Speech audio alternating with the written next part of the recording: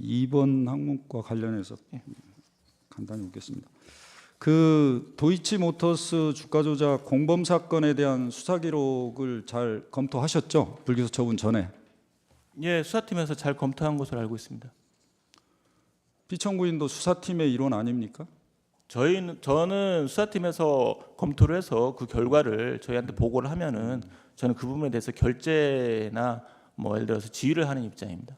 결재를 할 때는 수사 기록도 보고 수사팀 의견도 다 듣고 하는 거 아닙니까? 수사팀의 의견이 맞는지를 확인하지 않습니까?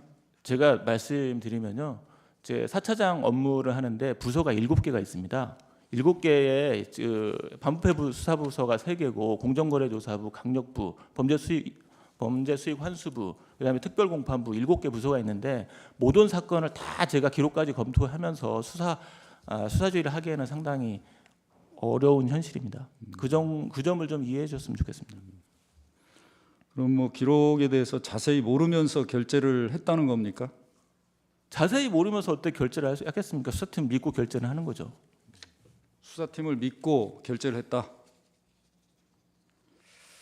그 도이치모터스 주가 조작 사건은 2013년경에 그 경찰 내사가 있었다가 그해 10월에 내사 종결되었던 사건이죠. 내사가 있었다는 건 알지만 아까 제가 말씀드렸듯이 코바나 컨텐츠 범죄 사실에 그 내용이 들어가 있어서 내사 사실이 있다는 건, 내사를 했다는 걸 알고 있지만 종결되었는지 여부까지는 제가 알지 못합니다. 그 도이치모터스 수사 기록을 보면 그 2020년 11월 24일경에야 고발장과 진술조서 사본이 첨부됩니다. 수사 보고됩니다. 그리고 실제로 관련자들에 대한 압수수색, 계좌에 대한 압수수색 영장은 2021년 9월 6일에 되고요. 가장 중요한 1차 주포라는 이정필에 대한 피의자 조사가 2021년 9월 7일에 되고 주법인 권오수가 2021년 11월 2일에 신문이 있었고 12월 3일 검찰이 권오수 등을 기소하게 됩니다. 그런데 2020년 11월 9일 코바나 사건으로 영장을 청구할 당시에 김건희에 대해서 도이치모터스 주가 조작 범죄 사실로 영장 청구가 가능합니까? 잘 이해가 안 가는데 어떤 말씀이신지 그게. 사망 묻겠습니다. 이 기자회견에서 피청구인은 계좌주, 즉 전주 중에 압수영장 청구한 사람은 없다라고 답변한 사실이 있었죠. 제가요? 최재훈 예. 당시 부장검사가 계좌주에 대해서 영장을 청구한 사실은 없다고 답변한 것으로 알고 있습니다. 그건 맞습니까? 사실입니까? 예. 그 피청구인은 수사 기록을 다 보지 않고 결재를 하기 때문에 수사팀을 믿고, 근데 이승근에 대해서 알고 있어요? 이승근 알고 있습니다. 기록을 봤습니까? 기록이요? 네. 어떤 기록을 말씀하시나요? 이승근을 어떻게 알고 있어요? 이승근에 대해서는 지금 탄핵 소추 이후에 뭐 저희 소추 사유에 들어가 있어서 알고 있습니다. 그 전에는 잘 몰랐습니까? 이승근이 그렇게 중요한 인물이 아닙니다. 김건희 사건에 있어서. 그런데 기자회견에서 계좌주인 중에는 압수수색 영장 청구한 사실이 없다고 했잖아요. 예? 이승근은 계좌주가 아닙니다. 이승근은 제가 듣기로는, 제가 나중에 확인한 바로는 계좌주가 아니고 수사 초창기에 권오수하고 자금 거래가 활발해가지고 권오수와 시세준의 공범으로 판단해가지고 이승근에 대해서 압수수색을 진행을 했고, 나중에 확인해 보니까 전 수사팀에서 보니까 혐의가 인정되기 어려워서 불입건 처리를 했다고 했습니다. 그러니까 이승근은 저희가 말하는 계좌주가 아니죠. 왜냐하면 최재원 부장이 얘기할 때 계좌주에 대해서, 계좌주는 자금이나 계좌를 제공한 사람으로서 우리 판결문에 제시하고 있는 초기 투자자, 그러니까 권오수가 그 유상증자를 할 때 11명이 10억 원에 대해서 50억 원을 투자를 했습니다. 그 50억 원을 투자한 그 사람들을 지칭해서 계좌주라고 이야기를 했던 겁니다. 그러니까 이승근은 그 계좌주 범위에서 벗어난 사람이고, 그다음에 이승근에 대해서 영장 청구한 9월 7일 범죄 사실에도 이승근은 권오수하고 시세준의 공범으로 적시되어 있던 사람입니다. 그러니까 계좌주라고 여기서 단정하면 안 되는 사람입니다. 계좌주 내지 전주는 주가 조작을 할 때 계좌를 활용하고 거기에 1인 매매를 의도하는 형태로 해서 통정해서 매수하거나 매도하는 사람을 계좌주, 전주라고 하지 않습니까? 제가 아까 우리 부장이 말씀한 계좌주에 대해서는 자금과 계좌를 제공한 초기 투자자의 성격을 가진 사람들을 이야기하는 것으로 저는 이해를 했습니다. 그리고 실제로 제가 남부 6부장 하면서 라임 사건을 수사를 했을 때도 그때도 계좌주에 대해서는 실질적으로 1인만 하고 이런 사람들이기 때문에 하여튼 저희가 보면 시세조정의 공범과는 완전 다른 취급을 받는 사람들입니다. 이승근은 김건희와 같이 권오수의 오랜 지인으로 도이치 사건에서 권오수 통해서 도이치모터스 주식을 매매한 사람은 맞죠? 김건희의 지인인지는 전혀 모르겠고요. 제가 나중에 확인한 바로는 권오수의 지인이라고 들었고 그다음에 권오수를 통해서 주식 매매했는지는 전혀 알지 못합니다. 그 검찰이 2021년 9월 7일 계좌주 그러니까 이승근에 대해서 주거지 사무실에 대한 압수수색을 실시한 사실은 알고 있죠. 나중에 이 소추가 된 이후로 알게 됐습니다. 결국 계좌주에 대해서 압수수색 영장이 청구되지 않았다라는 점은 사실이 아니죠. 아니요. 계좌주에서 영장을 청구하지 않았습니다. 이승근은 제가 계좌주가 아니라 처음에 공동정범으로 분류됐던 사람이라고 명확히 말씀드립니다. 2024년 10월 17일 도이치모터스 주가 조작 사건 피의자 김건희에 대한 불기소 결정에 대한 보도자료 작성해서 배포한 사실이 있죠. 보도 자료가 아니라 보도 참고 네, 자료라고 명확히 알겠습니다. 말씀드립니다. 제목이 보도 참고 자료라고 되어 있고요. 그다음에 보도 참고 자료는 보도 자료와 달리 그 문서 작성자도 없고 그다음에 우리 거의 검찰 게시판에 게시도 되어 있지 않습니다. 그렇기 때문에 그리고 언론의 보도의 편의를 위해서 저희가 참고적으로 제공하는 자료입니다. 그럼 공적인 문서가 아닙니까? 뭐 보도 공적인 참고 자료는? 문서라고 볼지 여부는 약간의 다툼의 여지가 있을 수 있다고 봅니다. 그러니까 뭐 공적으로 신뢰하거나 할 수 있는 게 아니라는 겁니까? 신뢰할 수 없다는 얘기는 아니고 일단 문서라는 건 작성자가 되게 중요한데 작성자 자체가 없고 보도자료화에 비해서는 훨씬 더 취급 정도가 낮다는 그 정도의 말씀을 드리겠습니다. 4-3항 묻겠습니다. 권오수는 2022년 10월 28일 1심 법정에서 증인으로 출석해서 김건희는 내가 팔라고 한다고 팔고 말고 할 사람이 아니다 이렇게 증언한 사실이 있는데 이거 알고 있어요? 그건 뭐 소추 사유를 보고서 알았습니다.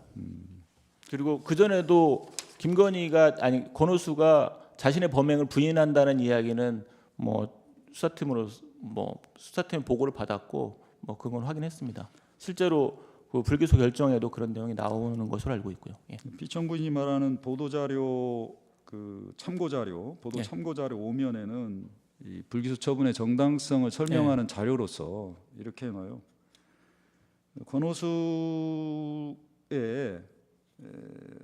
권오수를 신뢰해서 피의자에게 자신의 범행 내지 주가 관리 사실을 숨기고 단순한 추천 권유를 통해서 매도 요청했을 가능성이 크다 이렇게 해놨죠. 기재했습니다. 예. 이 법정 증언 녹취서하고는 다르지 않습니까? 사실관계가? 법정 녹취서하고 증언은 다른데 그거에 대해서 말씀드려도 될까요? 민태균이나 김기현은 여사가 권오수가 해달라고 하면 여사가 그 말을 듣고 매도했을 것 같다라고 이렇게 얘기를 한 바 있고요. 그리고 항소심 판결문 중에 보면 10월 28일하고 11월 1일자 그 통정매매 김건희 여사 관련된 그 계좌를 이용한 통정매매 관련해서 권오수의 의사의 관여 아래에 이와 같은 거래가 체결되었다는 취지로 이 권오수의 관여 사실을 인정하고 있습니다. 그렇기 때문에 법원에서 인정한 사실이므로 이게 권오수의 이 증언은 사실상 신빙성이 좀 배척된다고 볼 수 있고요. 사실상 그 권오수는 제가 지금까지도 대법원의 지금 재판 과정에서도 지금까지 일관되게 자기의 시세조정 범행 사실을 다 부인하고 있습니다. 그러니까 내 시세조정 범행 사실을 내가 시세조정 안 했다고 주장을 하고 있는데 어떻게 남한테 권유를 하겠습니까? 내 것도 안 하는데 남한테 권유한다는 걸 인정할 수가 없는 거죠. 그래서 저희는 권오수의 진술의 신빙성보다는 김기현이나 민태균의 진술의 신빙성 그리고 관련 객관자료를 자료를 통해서 그걸 더 신빙성의 우위를 높고 이와 같이 관련 증거에 따라서 결론을 내린 것입니다. 5항은 생략하겠습니다. 전체적으로 6항 묻겠습니다. 갑제 51호증 압수영장 제시하겠습니다. 2024년 10월 18일 2024년도 국정감사 중 국회 법제사법위원회 요청에 따라서 서울중앙지방검찰청이 김건희에 대한 압수수색 영장 청구 및 발부 내역을 정리한 자료를 작성해서 국회에 제출한 사실이 있죠. 제가 작성한 게 아니고 저는 당시 국감장에 있었기 때문에 우리 수사팀에서 작성해서 제출한 것으로 알고 있습니다. 증인은 피청구인은 이 내용 전혀 모릅니까? 내용은 알죠. 근데 제가 작성한 건 아니라는 거죠. 제가 왜냐하면 국감장에 있었기 때문에 제가 이거는 그 중앙지검에서 작성해서 국정감사장에 제출한 거라 제가 그 내용에 대해서 이걸 이렇게 작성하라 저렇게 작성하라 할 수는 없는 거죠. 아니 초안은 누가 작성했는지 모르겠지만 피청구인과 이창수가 국정감사의 기관 증인으로 출석해서 국정감사위원회 요청에 따라서 서울중앙지검이 작성해서 제출한 자료 아닙니까? 변호인께서도 아시겠지만 국정감사장에서 묻는 질문이 엄청 많았습니다. 그날 저희 김건희 도이치모터 사건 관련해서 90% 이상을 물어봤는데요. 압수수색 내역을 작성해서 내라고 해서 저희가 그러면은 수사팀에다 연락을 해서 압수수색 내역을 정리해서 제출해라라고 얘기했고 그리고 그 내용을 보고서 압수수색 내역이 작성이 됐네 하면서 제출을 하는 것이지 제가 일일이 하나하나 이거는 이렇고 저거는 저렇고 특히 지금 질문 사항 중에 뭐 이승근이 뭐 공범이냐 관계자냐 이런 것까지 제가 다 알면서 그걸 제출하겠습니까? 현실적으로 한번 생각을 해보십시오.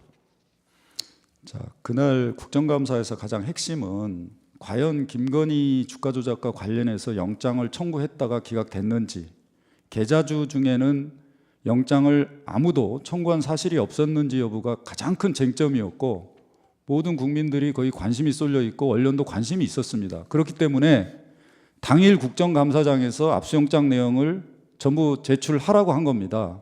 그런데 내가 작성한 것이 아니기 때문에 일일이 확인할 필요도 없었다 이런 겁니까? 아니, 압수수색 내역에 대해서 작성을 했고 그다음에 그거를 제출했지 않습니까? 자, 이 내용을 잘 모른다는 거예요, 그 안다는 뒷부분을 거예요? 보시면요, 한번 뒤를 보십시오. 맨 마지막 장을 보시면은 제일 중요한 거는 김건희에 대해서 압수수색을 몇 번이나 청구를 했느냐, 도이치하고 코바나하고 같이 넣어서 청구를 했느냐, 그 내용이 나와 있어요. 저 맨 뒤 아래쪽에 보시면은 거기에 보시면은 김건희하고 코바나하고 도이치하고 19번 압수수색 영장을 청구해서 두 개의 범죄 사실을 넣어가지고 17번 발부돼서 집행을 했다. 그 내용이 나와 있습니다. 그게 핵심이지 위에 안에 있는 이 목록에 누가 몇 번 이것까지 저희가 어떻게 알겠습니까? 제가 국정감사장 안에서 지금 있는데 그걸 어떻게 다 알 수 있겠습니까? 현실적인 걸 말씀드리는 겁니다. 국정감사위원은 김건희에 대한 주가 조작과 관련한 영장 청구가 있었는지 여부가 알고 싶었기 때문에 자료 제출을 요구한 거고요. 피청구인이 말하고 싶은 내용을 받아보기 위해서 자료 제출을 요구한 게 아닙니다. 국정감사가. 제가 뭐 압수영장 내역 순번 17번 예. 한번 보시겠습니다. 여기 보시면 좀 키워보세요. 청구일시 2021년 9월 6일 사건 도이치 이 땡땡 관계자라고 되어 있습니다. 주거지 등 휴대전화 PC 등이라고 기재되어 있죠. 네. 여기 왜 관계자라고 기재됐는지 피청구인 알고 있어요? 그 당시에는 몰랐고요. 제가 이 산액 소치 이후로 확인한 바로는 아까도 말씀드렸지만 이승근은 초반에 계좌주로 분류된 사람이 아니라 권오수와 자금 거래가 활발해서 권오수와 같이 시중 공모했다는 의심을 받고 있어서 9월 7일 날 2020년 9월 7일 날 2021년 9월 7일이죠. 9월 7일 날 압수수색 영장을 청구를 공범으로 적시해서 압수수색 영장을 청구를 했던 사람입니다. 그런데 나중에 수사를 해보니까 이승근이 실제로 시세준용에 가담했다는 사실이 인정되기 어려워서 전 수사팀에서 불입건 처리를 했고 그렇기 때문에 공범이 아니어서 관계자로 표시했다고 저는 그렇게 들었습니다. 혹시 계좌주로 표기하는 경우에 기자회견에서 답변한 내용과 다를까 봐서 관계자로 표현한 건 아닙니까? 전혀 아닙니다. 알겠습니다. 예. 잘 모르신다면서요, 작성한 경위를.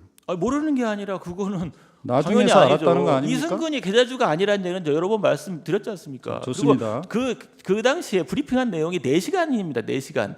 이승근이 계좌주냐 아니냐 그렇게 중요한 내용이 전혀 아니에요. 자, 그 검찰이 도이치모터스 주가 조작 사건을 기소하고 재판을 유지하는 과정에서 무려 검찰 의견서를 거의 30회 가량 의견서를 제출합니다. 피청구인은 이건 알고 있어요? 의견서를 제출한 것은 알고 있습니다. 8-3항 하나만 묻겠습니다. 검찰은 도이치 사건 재판부에 전주에 대해서 공동정범으로 최소한 방조범으로 의율해서 처벌해야 된다는 의견서를 여러 차례 제출합니다. 이 사실은 알고 있어요? 전주 누굴 얘기하시는 겁니까? 이런 의견서가 있다는 건 알고 있습니까? 그러니까 전주 누구를 말씀하시는지 이야기를 하셔야 제가 답변을 손건희입니다. 드리죠. 손건희. 손건희에 대해서 방조범으로 해야 된다 의견서 말씀하신 건가요? 이런 의견서를 본 적 있습니까? 없습니까? 저 의견서는 제가